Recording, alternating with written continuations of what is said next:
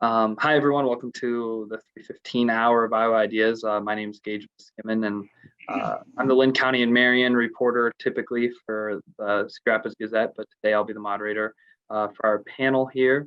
For those of you, hopefully you know which room you're in, but if for those of you that don't know, this panel is called an update on broadband, and the description we have here is in the last year, Iowa has seen an additional $300 million more in broadband investment to encourage stronger connection regardless of geographic location. Is it working? So on this panel, we have, you can't see everyone yet. Sorry about that. We're having some technical difficulties and we have people behind the scenes working on that. But on my tab here. So we have 5 panelists. We have Patrice Carroll, President and CEO of IMON Communications, Matt Behrens, Chief Information Officer for State of Iowa. You can see both of them right now. The 3 panelists we're still trying to get video for, Quentin Hart, Mayor of Waterloo, Casey Peck, CFO and GM of KCTC, and Curtis Eldred, GM at USA Communications. So my first question for you guys is just to be able to introduce yourselves a little bit more, what those roles encompass, and obviously how it relates to this panel if it's not already obvious. Patrice, you're first on my screen. So if you're comfortable starting, that would be great. Okay. As Gage mentioned, I'm with IMON Communications. We're a fiber to the home broadband phone and internet company servicing both residential and business customers in 3 major areas: the Cedar Rapids metropolitan area, as well as the Iowa City area and the Dubuque area. Definitely. And Matt, you're the next one on my screen. And since you have video, we'll have you go next to try to buy the rest of some time. Sure. Good to be with you today. Thank you, Gage. Matt Behrens. I'm the State of Iowa Chief Information Officer. I'm also responsible for the administration of Governor Reynolds' Empower Rural Iowa Broadband Grant Program, which includes grant making for broadband development across the state and also mapping of broadband statewide. And we also do a number of different community engagement activities concerning broadband and assisting with various federal programs across the state. So glad to be with everybody today.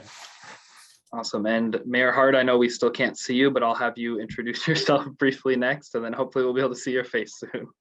Hi, Gage, and to all the fellow panel members. Yeah, Gage, I actually, normally in this technology era with Zoom calls, you can wear a jacket and then wear some sweatpants. I actually have on a full suit and no one can see me.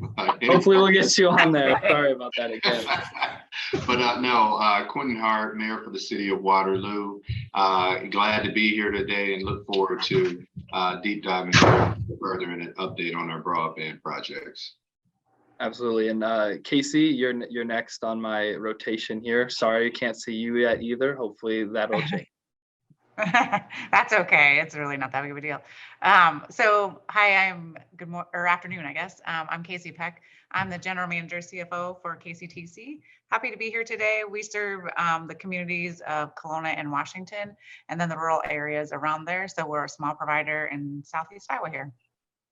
Definitely. And last but not least, of course, Curtis, you're last on my rotation here. Again, another panelist you can't see, but he's here. Well, thank you.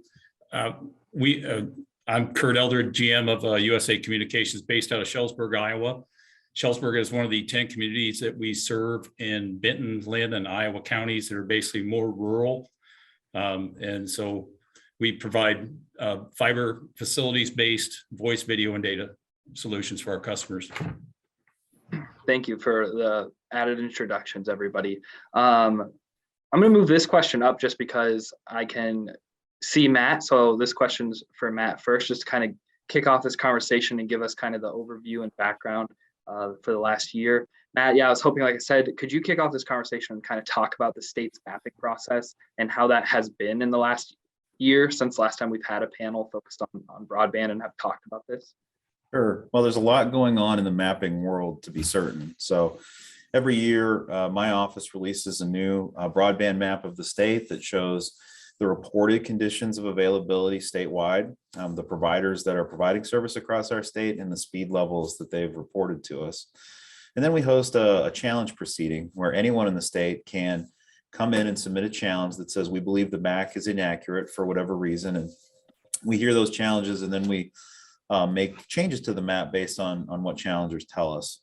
The major change this year is that we have moved from census block based maps to location based maps. And those of you who are familiar with the space a little bit probably understand how transformative a change like that is.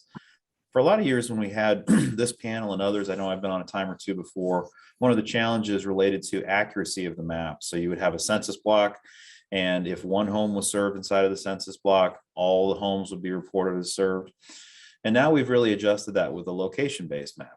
It doesn't mean that it's perfect, but it does mean that we can report the conditions of availability on a location by location basis, which is pretty exciting. You can go to our map today, post it on our website, and you can search for your address and find your house and see the providers that reported service to us there. We just completed an appeal process, and we're reviewing those appeals now so that we can make updates and improve the map. Now, what's really important about mapping at this particular moment in time is we've got, of course, the state issued maps, and those are the maps that my office helps to manage. But we also have federal maps. And while the state is moving forward with an address-based process, so is the federal government.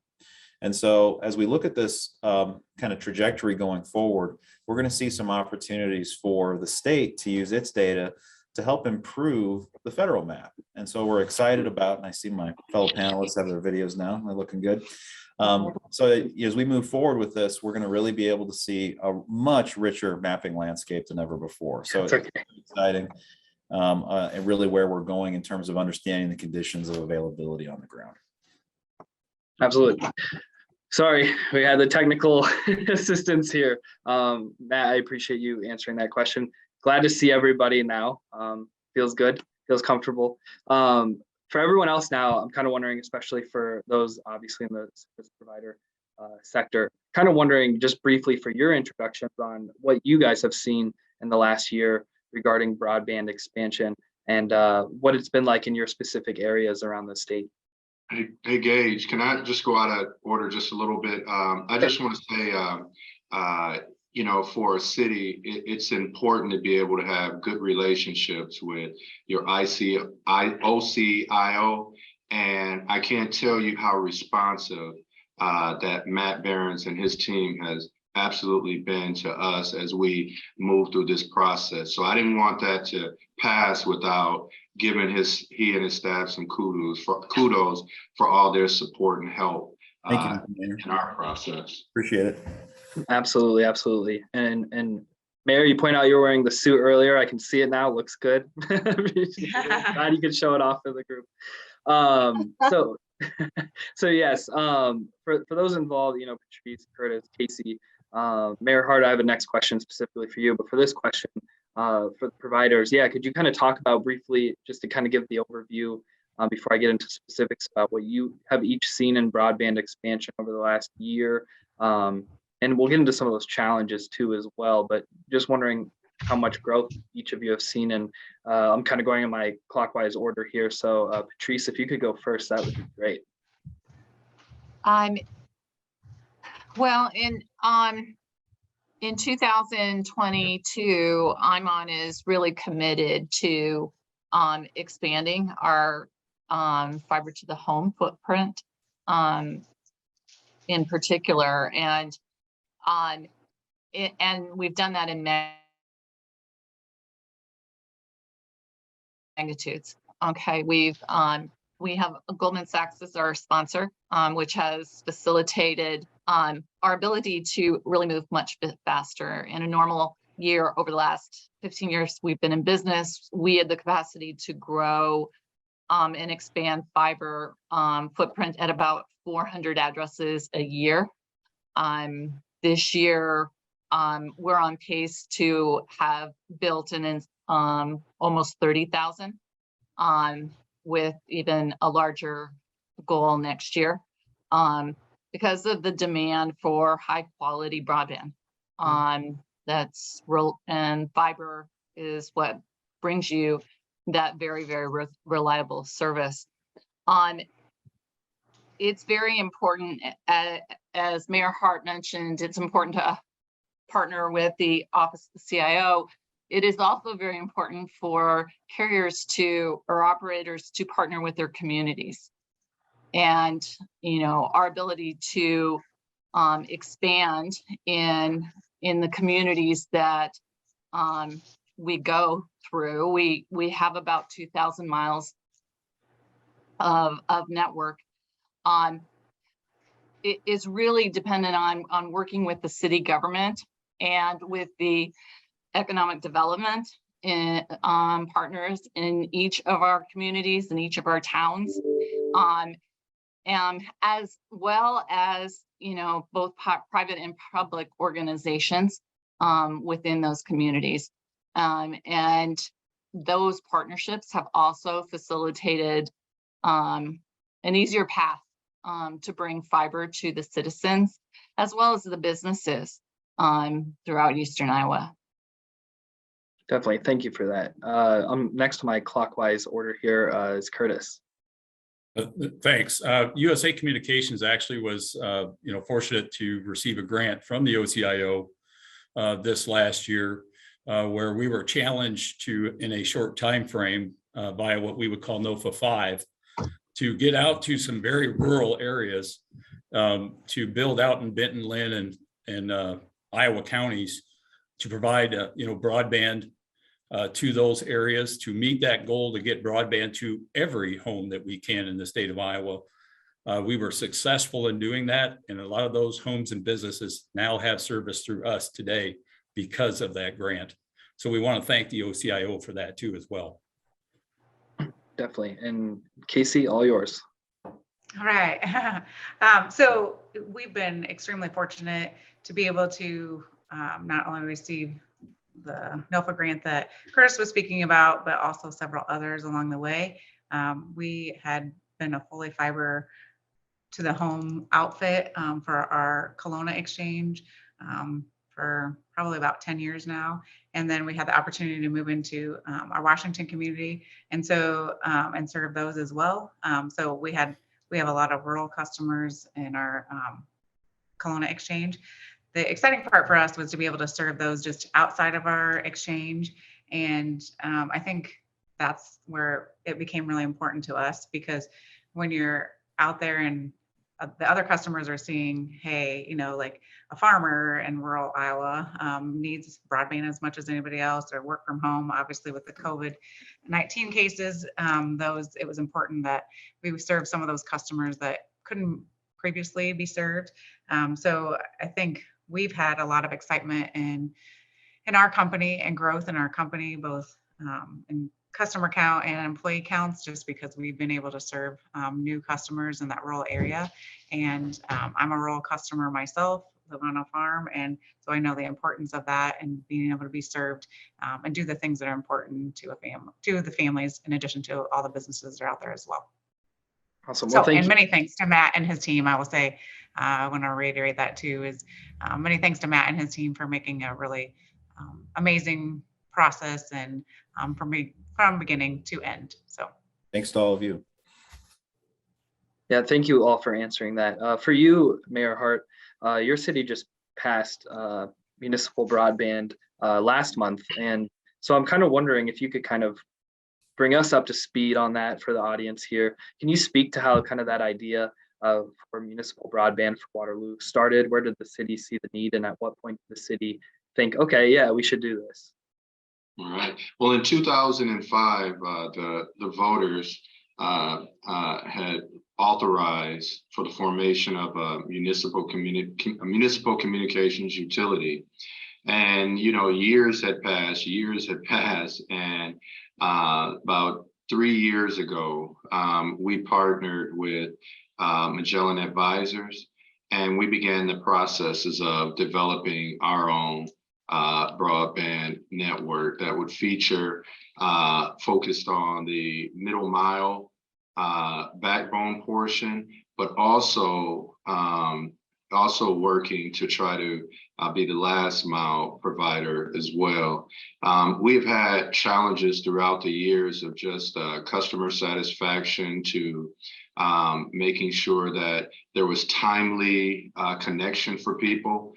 So we began this process, and this design work has been going on for a couple years.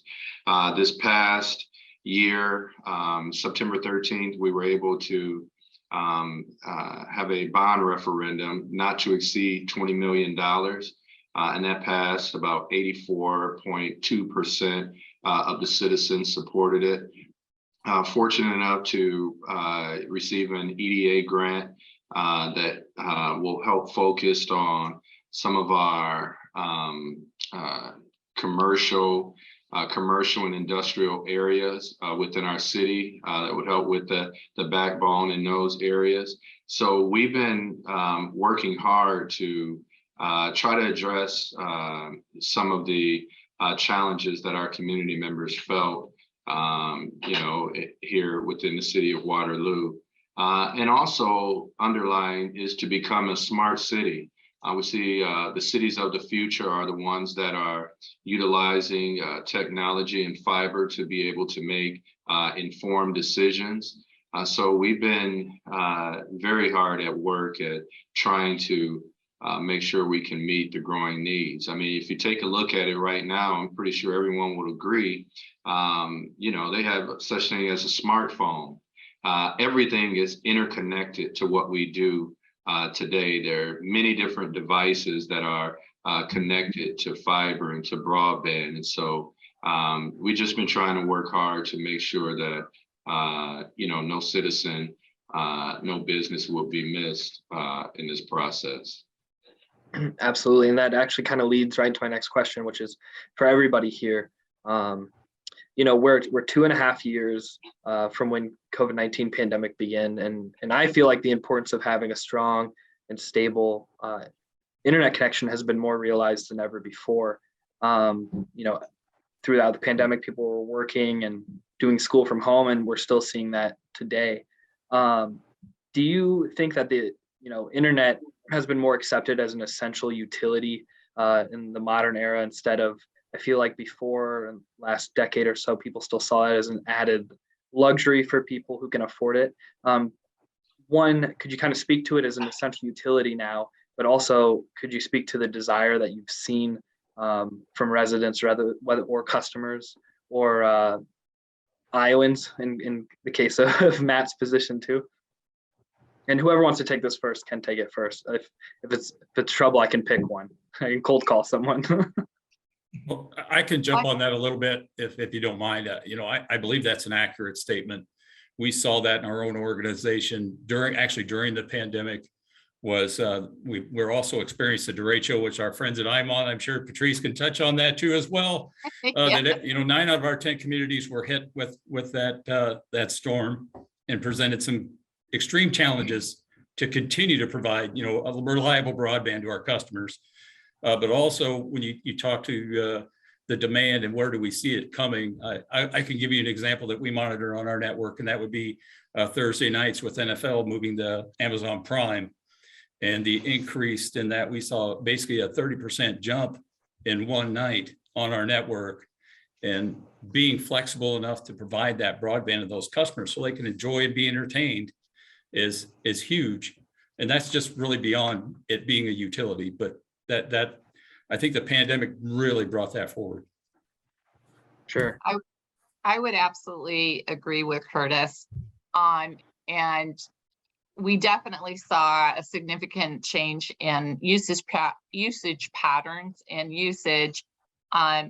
Fortunately, we were kind of ahead of our capacity increase in the network. And so the pandemic, the derecho was a disaster, but the pandemic went pretty smoothly for us. The other thing that I think for me, I gained a greater appreciation is the need for broadband to everyone, no matter what their socioeconomic situation is. During the pandemic, we had the school districts come to us and ask if we would connect students that did not have broadband in their homes, and to do it for free, because students needed to be able to have access to continue education during the pandemic. And so we stepped up and did that. And then we participated in the government programs. We're very active with the American Connects program right now. But partnering with the school districts really brought home to me that this wasn't about entertainment, but that students needed access to be able to, have any kind of education or future. And that as providers, we really needed to think across our entire community, not just those customers that can afford our service. Definitely. Thank you. I think I'll just add maybe a couple of things, agreeing both with Patrice and with Curtis. I think our usage, we saw at one point early on in the pandemic, I think it was in June that we did a comparison, and we were up 37% in our usage, not only in the download, but the upload. And so I think when you're looking at a fiber network, it's or any kind of network, whether you're trying to do it off your phone or doing data in your home or business, I think one of the things that we saw that was really important is just the upload speed, where it used to be download speed was the most important thing. We saw a huge uptick in the amount of upload speed that was important for our customers, which just means they were streaming more, they were using VPNs more, all the things we didn't think about before, but we found that really quickly that was super important. And, going back into the economic development thing, I think, partnering with the schools was important. And we also gave some free service to students that needed it, both at the school level and even at the college level. We did do some on the college level as well for free. But, being out there for people and understanding their needs. I think this is my favorite story of all of the last grant that we had gotten and did in 2021, finished at the end of 21, was that I have a then fifth grader, now sixth grader, and he had come home, and I always thought that they didn't understand what internet was. Potentially they just thought it was you get on a device and you have internet, right? Or you have Wi-Fi. But he had come home and he said, "Mom, did you get fiber to these people that were out kind of in a remote area, in a very remote area?" And because his friend, a girl that lived in that household, she said they got fiber and it was the best Christmas present ever. They don't even need Christmas presents anymore. And so, that's why we do what we do, is because those people weren't served before, and they can be served. And so, they were working from home, and she almost lost her job. And, there's just all kinds of things that came about from the pandemic. But that's what makes us the proudest, when we step back and realize that serving each of those customers is important, no matter how remote they are. Because that two fifth graders could talk the lingo and understand the importance of it. Absolutely. And Gage, I agree with everyone's comments. You think about just the transition and shift that we've seen from telehealth to having medical appointments. Can you imagine not having a stable broadband connection, how challenging that could be? Or the mom and pop stores that had to change the way that they actually did business to be able to do things more online and just commerce overall. But what's interesting, even taking a look at my mom, they're 80 plus years old, and, she's not able to go to church. And I'm like, where did you learn how to get on Facebook and be able to watch church service as well? So the pandemic has changed the way we do things. I mean, we're meeting right now online, right? But it's changed the way that we do business. So the city of Waterloo and our citizens in this next utility, but due to state law, it's not all the way considered an essential public purpose yet. which has some constraints.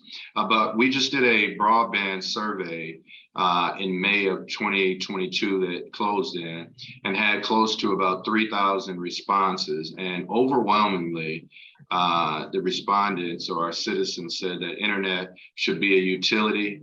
And I think it was around over 83% had indicated increased needs for broadband services since the pandemic. So, our citizens and residents believe that at some point this should be considered essential public purpose. Definitely. Gage, I just follow up and say, I mean, one of the things that strikes me as I travel around the state and I meet with Iowans, everybody shares this common concern. And I think everybody, having gone through the pandemic, understands how important it is not just to have access to a broadband connection, but to be able to use it for that kind of participation in life that's so important to us these days. What energizes me about it is not just the fact that we're out there, these providers who are on the call today, Mayor Hart, they're out there changing people's lives through these programs. And what I see across the state of Iowa are passionate leaders who are hearing the voices of their community members, whether it's our broadband providers or our mayors or our county supervisors, and it is a unified voice that this is a problem that we need to solve. And that's just emblematic of the fact that there's no debate anymore, right? That this is an important thing and that it's necessary in order for you to have, equal sort of shot at the 21st century digital society that we're all inhabiting. So it's a very exciting time in the space. And it's nice to see that we're not having a debate anymore about whether it's important, whether it's necessity. It's just about how we get it done. Yeah, exactly. That's a good point. What would this panel have looked like 10 years ago? What would have been called? Would have been more like a question like, what is broadband? How important is it? Now we're talking, okay, it's important. Where are we at in getting it to Iowans everywhere? Yeah. Another thing for the people watching, I forgot to mention this at the beginning, focused on getting people's faces on the screen. If you have any questions at any time during this panel, feel free to submit them to the chat and we'll ask them throughout instead of waiting for like a Q&A at the end. I like to ask throughout, it keeps you guys more engaged. So if you have any questions at all throughout this, don't be shy and we'll get them answered. My next question is also for everybody coming from different communities and different sectors around this topic of broadband. Wondering, what have been the main challenges for each of you in the past year? For sure, with every industry, since the pandemic started, we've seen various supply chain issues, labor shortage issues that have impacted different industries. I'm kind of wondering how and if it's impacted the expansion of broadband. But I was wondering how that has affected the goals, the progress to getting broadband to everyone who wants it. And Mayor Hart, that question for you, when it's your turn to answer it, biggest challenges in the past year. Obviously, you had the referendum up on the ballot. Wondering if there are any challenges surrounding that. So whoever wants to take that first, that's kind of how I'm angling the questions for our different sectors of the community here.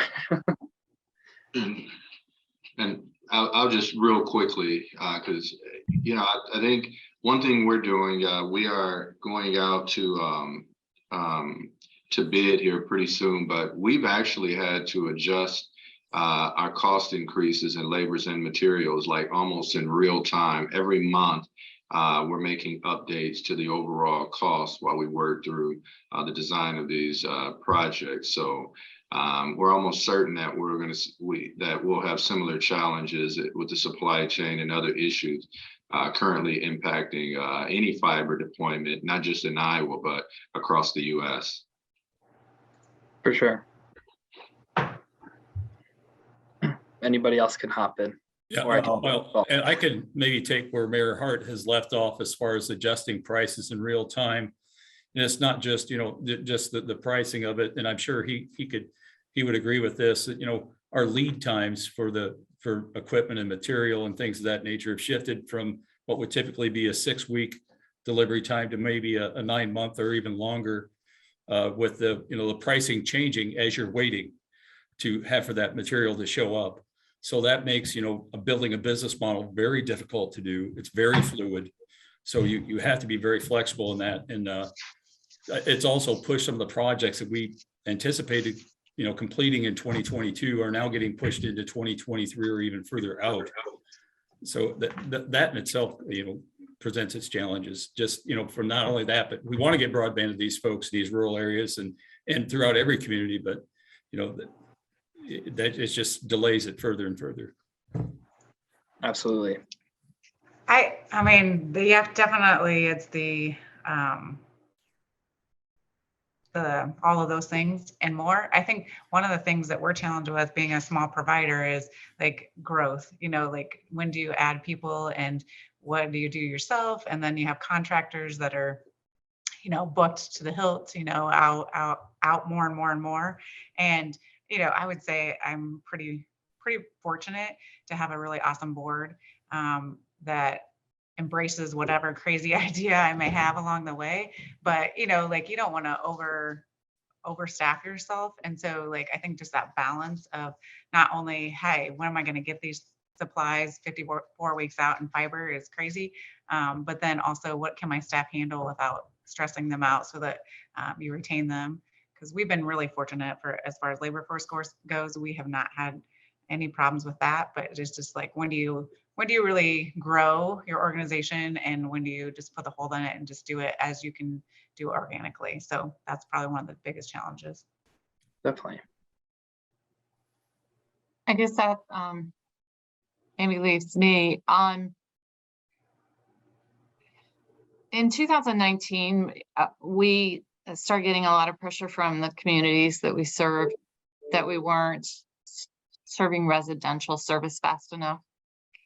And so we put together an accelerated plan on most of the communities we serve don't qualify for grants. But they felt as if they were not getting sufficiently high quality broadband.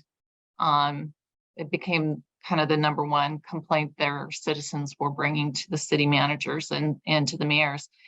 And so we put together a plan and at the same time, we started seeing changes in the supply chain. So we're actually ordering almost 2 years ahead. We've placed all of our orders for 2024. Okay, we've started receiving the materials for the 2023 build. And that was a major shift for us. But to do that, we had to go out and find an investor to be able to do that. In fact, for me, it was probably one of the most stressful periods because we're ordering massive amount of equipment and fiber and connectors and everything that we need. And I didn't have a way to pay for it. But I knew that if we didn't order it, even if we got the money, we wouldn't be building because supply chain, as everybody's mentioned, is really a challenge. The prices are fluid. You have to be way ahead. And as a result, we did go out and find a sponsor so that we can service these communities. But it totally changed the way we approached planning because of the challenges of our environment, and a lot of telecommunications equipment comes from overseas. They had different shutdown policies. It was constantly disrupted, as you guys are all aware of. And so we've really had to learn to change the way we look and get comfortable with ordering, 24 months ahead or 18 to 24 months ahead, so that we have a fighting chance to get materials. Now, that said, things don't always come in on time. You're still balancing on the way you're doing it. In terms of staffing, staffing is always a challenge.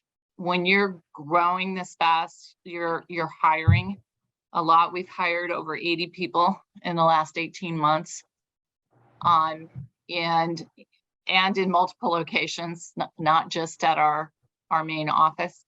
And so that's not only been a challenge finding those skilled people, but also, bringing them into a company during a pandemic where, you're doing introductions and you're doing all the training over that internet service that you're providing. That has presented many opportunities for us to really have to think outside the box, because our onboarding process that we've used for years and we were very proud of, didn't work. And so in many ways, almost everything has changed at IMON, either as a result of the pandemic or as a result of the supply chain, or as of the result of really wanting to support, the people in our communities. Definitely. And Matt, what about from the state big picture perspective? What would you say have been the biggest challenges?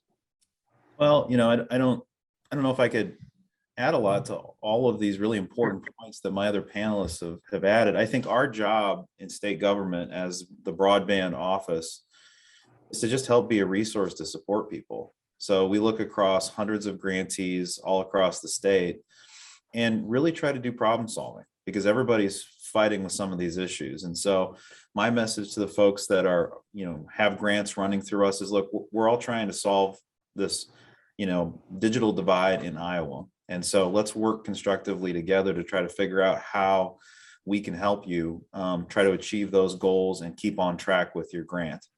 And so we do a lot of work with our grant applicants to try to make sure that, if there are solutions out there within the context of the guidelines for grant programs, that our grantees know about those things and that we can troubleshoot with them. So my main focus throughout all of this, and whether it's the supply chain issues or tight timelines on federal grants or budgets changing wildly, is just we are here, to be a resource. And maybe some days the most we can do is sort of commiserate with you, but if that's what you need, we're a shoulder to cry on. But we can also open up your grant and see if there's ways we can work constructively with you, because we're really all on the same side here trying to solve this problem. So we hope that approach has been helpful to our grantees, and that's just what you're going to find from us. Is we're here to help try to get broadband out to Iowans, and there are going to be challenges, and those challenges are going to continue. And our job is to help be a problem solver to find our way through some of those things. Cool. Thank you all for that. We actually do have a couple of audience questions, so I'll do those ones next. The first one, Matt, I think you could probably answer this the best. Someone's asking, what percentage of Iowa now has broadband access, and how long will it take for all Iowans to have access? Sure, those are always the top questions that we get. What I can tell you is that we'll have a better sense of the percentages once we get through this MAP appeal process and the FCC appeal process. We haven't yet condensed all of the numbers, and part of that is because we've moved from census blocks down to locations. So we're still in the process of sorting out some of those quick facts that'd be helpful to people. So that's a non-answer, but we are working on that, and we'll have some data along those lines as we get further into the end of this year with the mapping process.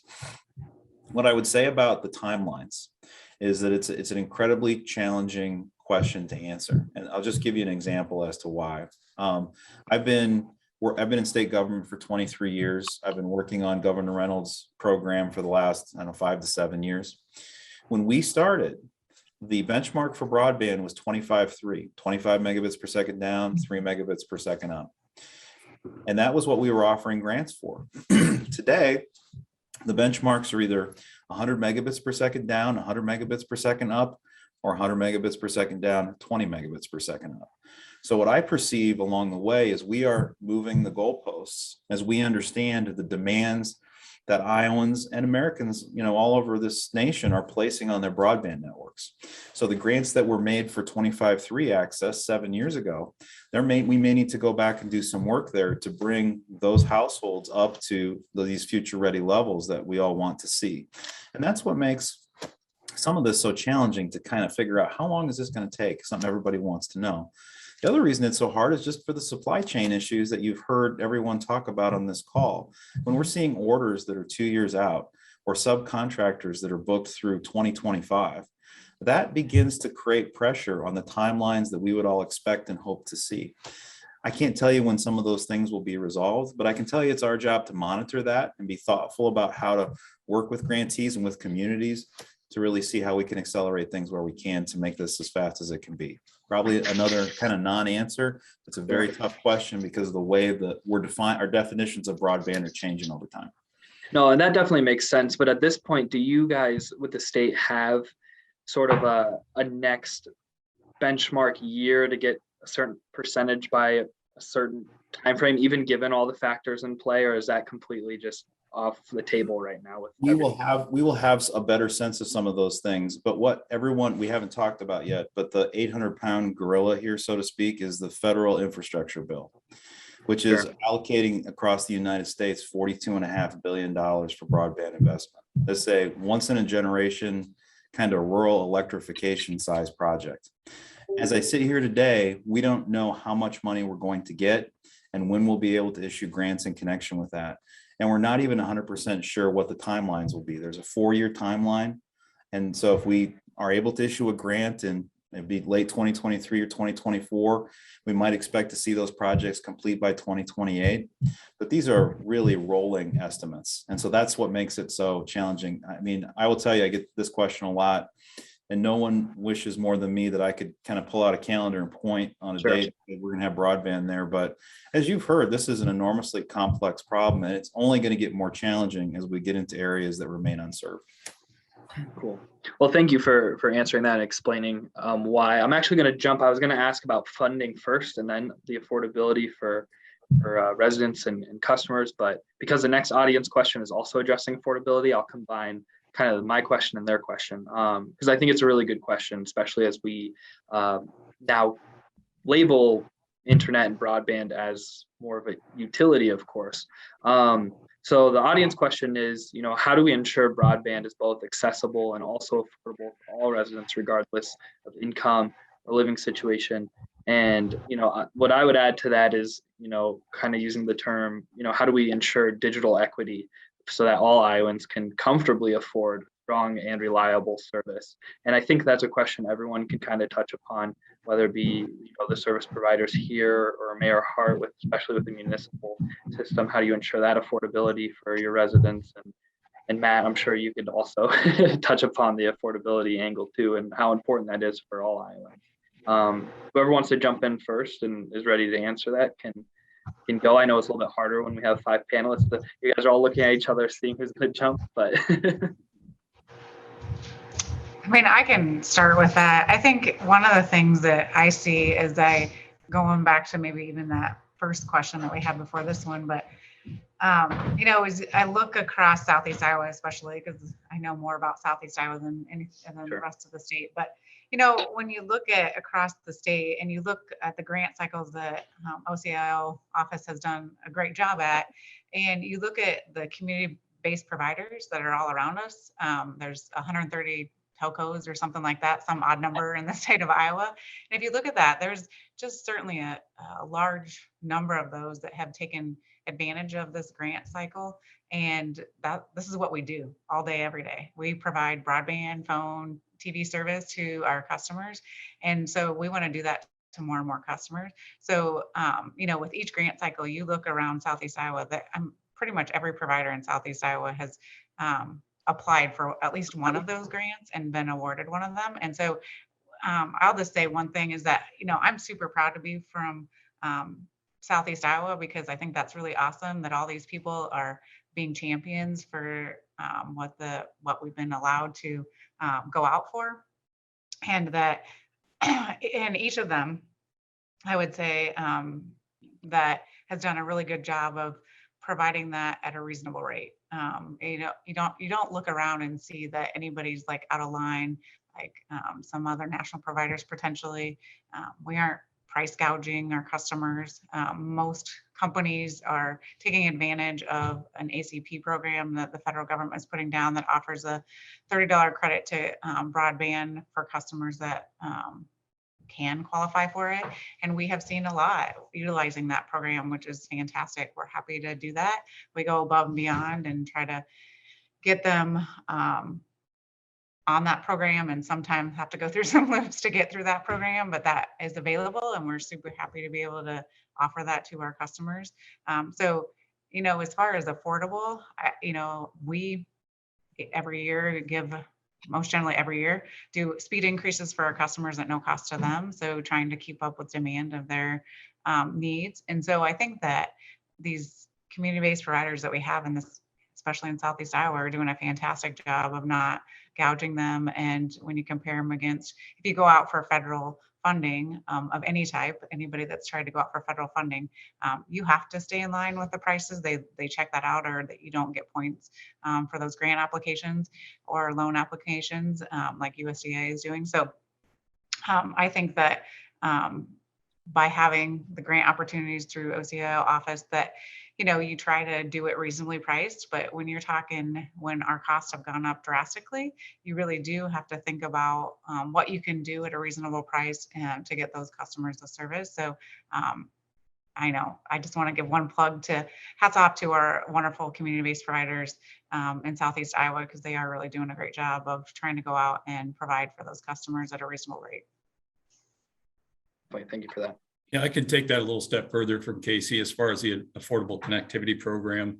If we got anybody here that's interested and is not aware of where to find that, that's at affordableconnectivity.gov is where they can find that, to where they can find out whether their household is eligible to receive that $30 a month credit.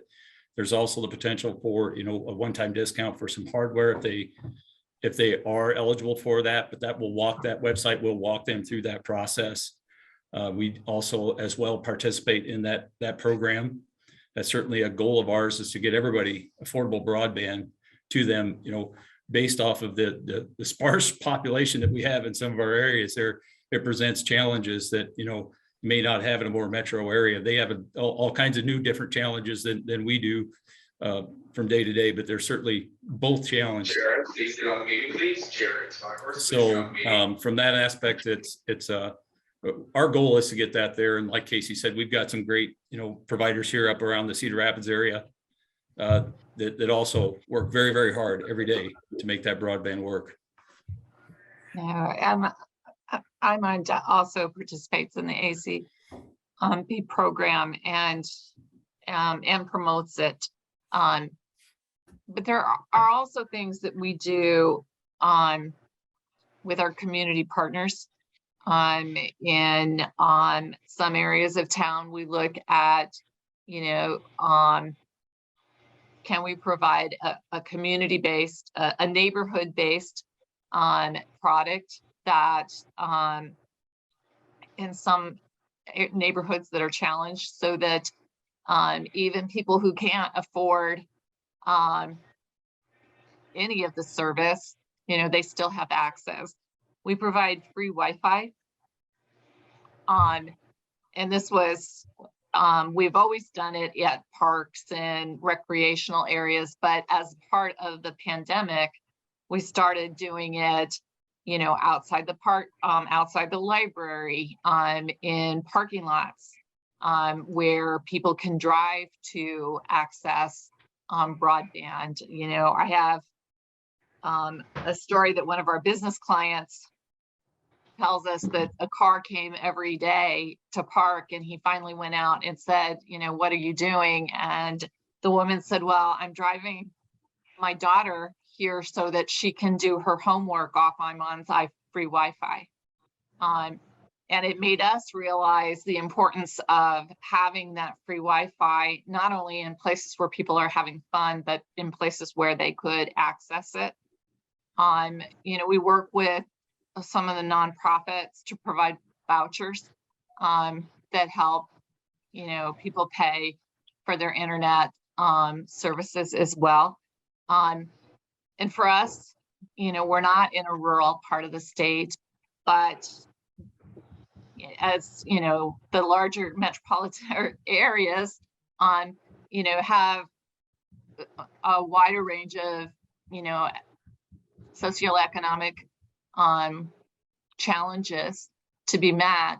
And so really working with the cities and the nonprofits to make sure that we're providing access in ways that people can use it. in ways, we learned early on, it's like, we can't just put out this program and expect people to come. But if you really want to bring broadband to everyone in your community, then you have to be able to reach them as they need to be reached. Definitely. And Mayor Hart, for you, as you guys are in the just past the municipal broadband, I'm sure as you and your team have been talking about how to implement that, affordability has probably been one of the topics. So I'm wondering if you could kind of touch upon how you guys are approaching the topic of affordability with a new city service like that. Well, I think one, we even need to take a step back. The work that Matt and his department is doing with the federal and Iowa broadband maps.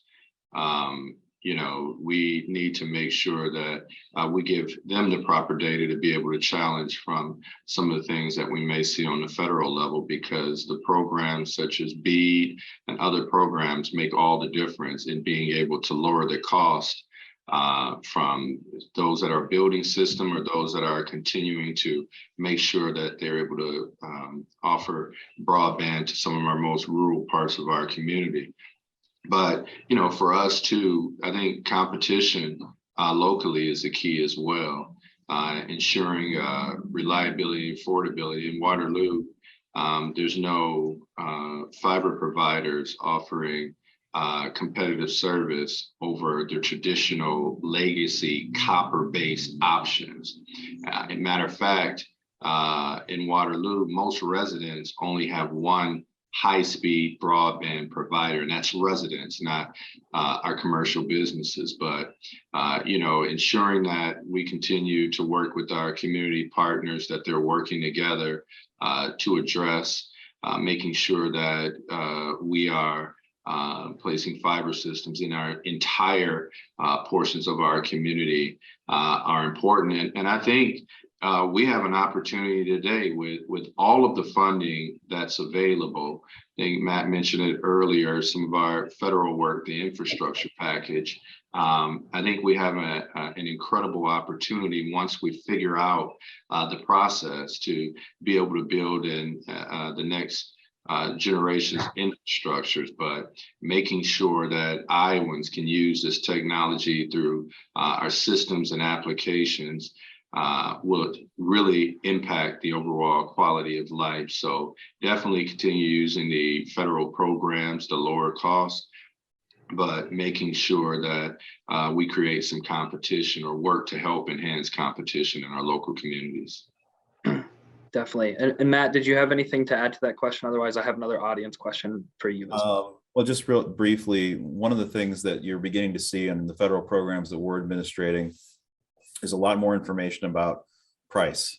And so you'll see this increasingly come up. Affordability programs, most of the panelists have mentioned those, but also, for the requirement that there be an affordability offering. And so you'll see more attention on that topic specifically from the federal government. But more broadly, Iowa is going to be participating in the digital equity program under the infrastructure bill, which also thinks about these things. So there'll be a lot of activities coming over the next year or so concerning digital equity as we begin to gather information pursuant to some of the requirements in that program. Definitely. And another audience question that popped in is a follow-up to earlier talking about the timeline and percentages. Someone asked if you could explain with some of these uncertainties and the timeline, how can the state prepare to budget and help various communities?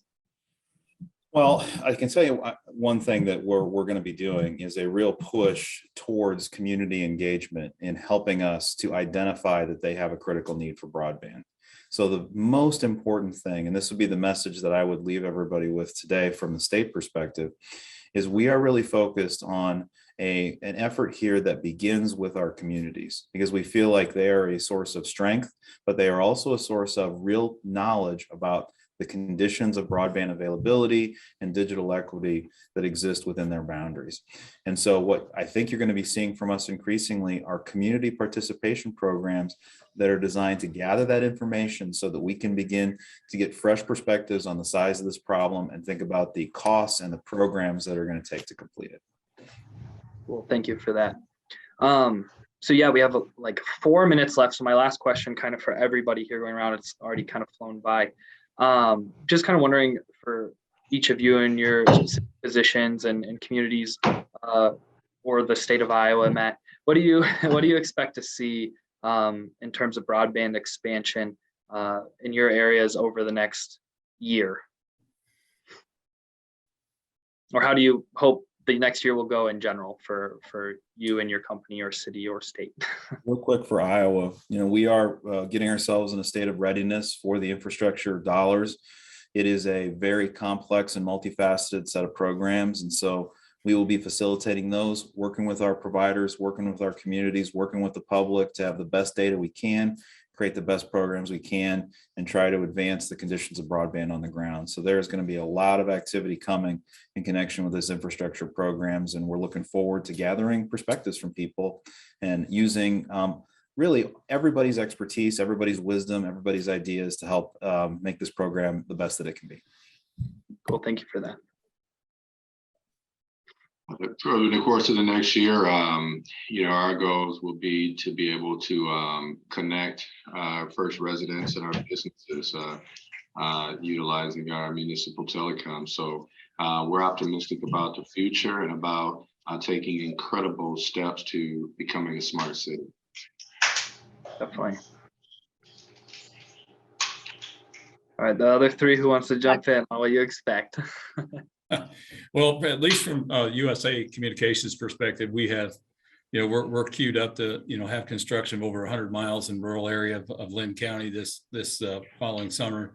Hopefully to meet some of the goals that the OCIO has for us with OPA 7. We'd love to meet those and get that done as fast as we possibly can. We got some organic growth within our communities as well, but that's where we're at. We're just going further and further out in the rural areas for us. Thank you. Casey, what about you? I think it's a lot like Curtis said, just trying to expand our network out into the rural area and just keep serving. We keep getting calls daily. Hey, can you serve me in the rural area? And that's what we want to do. I mean, in town is important, of course, but most of those are served, and we have lots of competitors, but we'll just keep serving them and doing the best we can and provide the best service to our customers. That's ultimately what we want, is that customer service. Definitely. Patrice? We have aggressive construction plans, and throughout Eastern Iowa, we much of it goes through rural areas. We are continuing to build our capacity as a company to service more communities that are in need. We go to communities that invite us in, that ask us to be there, and that will partner with us in doing it. So we're looking for a lot of growth. Cool. Well, everyone, thank you so much for taking part in this. It's really great to have all of you here and have this many panelists talking about this topic. I personally could have gone for another hour asking questions, but we're out of time, so we'll have to catch up another time. But again, I want to thank everybody for participating as well and being selfish. I'm going to plug my last session tomorrow morning at 10 a.m. We're talking about outdoor recreation across all of Iowa. So that'll be another good, exciting conversation. But again, to all you panelists, thank you so much for taking part, and for everyone watching. I think there's one more round of sessions today before we go back tomorrow. So hang in there, you're almost there. And thanks again, everybody, and have a good rest of your day.